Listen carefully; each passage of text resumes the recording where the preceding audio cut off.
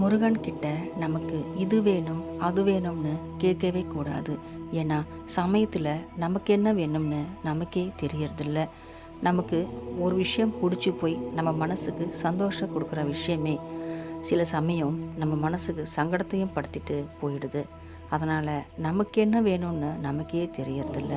நமக்கு என்ன பிரச்சனையாக இருந்தாலும், அது என்ன வழியாக இருந்தாலும், முருகான்னு ஒரு வார்த்தை உள்ளம் உருகி நம்ம சொல்ல சொல்ல அந்த முருகருக்கு நமக்கு என்ன வேணும்னு அவருக்கே தெரியும்.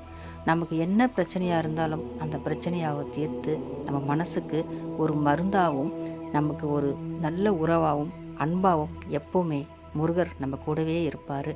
முருகான்னு ஒரு வார்த்தை உள்ளம் உருகி நம்ம சொல்லும்போது, உள் உணர்வோடு நம்ம முருகான்னு சொல்லும்போது அந்த வார்த்தைக்கு சக்திகள் அதிகம். முருகர் கட்டுப்பட்டு உடனே